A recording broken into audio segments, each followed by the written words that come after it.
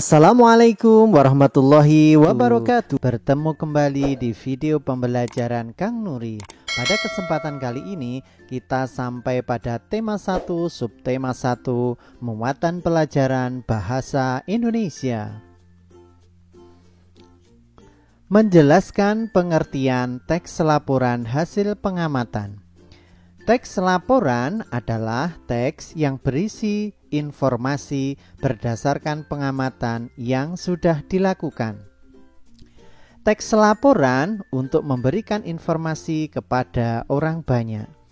Teks laporan hasil pengamatan berisi informasi umum, kemudian yang kedua kumpulan fakta-fakta, dan yang ketiga adalah simpulan. Secara umum, teks laporan terdiri dari beberapa jenis, antara lain teks laporan hasil pengamatan, teks laporan perjalanan, teks laporan kegiatan, dan teks laporan peristiwa.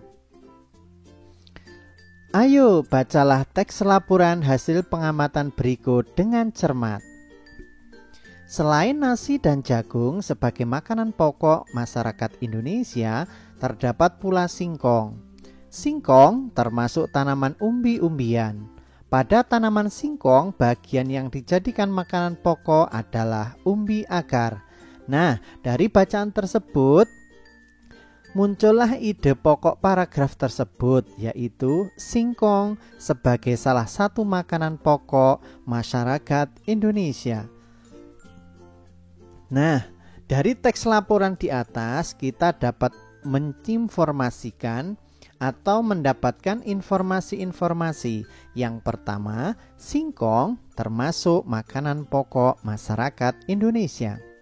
Yang kedua, singkong termasuk tanaman umbi-umbian. Kemudian yang ketiga, bagian tanaman singkong yang dijadikan sebagai makanan pokok adalah umbi akar. Selanjutnya, menentukan ide pokok dari teks laporan.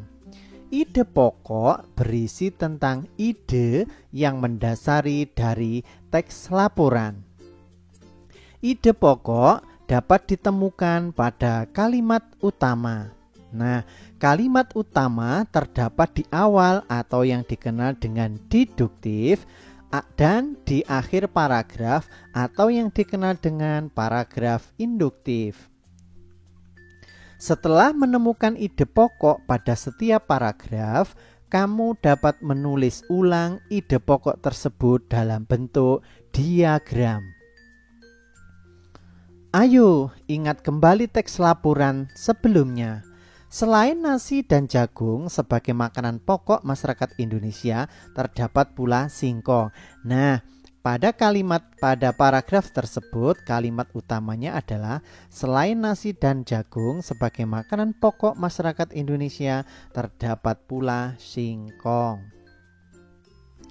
Dalam teks laporan biasanya tidak hanya terdiri dari satu paragraf saja, melainkan beberapa paragraf. Dari setiap paragraf kita dapat menentukan masing-masing ide pokoknya. Agar lebih mudah memahami teks laporan, kita dapat menyajikan dalam bentuk diagram. Berikut contoh penyajian ide pokok dalam bentuk diagram. Ada ide pokok paragraf 1, ide pokok paragraf 2, ide pokok paragraf 3, kemudian ide pokok paragraf keempat, dan di tengah ada judul teks laporan. Berikutnya menentukan simpulan dari teks laporan. Simpulan adalah ikhtisar akhir dari suatu teks laporan. Simpulan dibuat dengan bahasa yang singkat, padat, dan jelas. Cara membuat simpulan dari teks laporan. Yang pertama, bacalah keseluruhan isi teks dengan cermat. Yang kedua, temukan informasi penting yang terdapat dalam teks. Kemudian yang ketiga, hubungkan semua informasi yang kamu peroleh menjadi satu pernyataan akhir.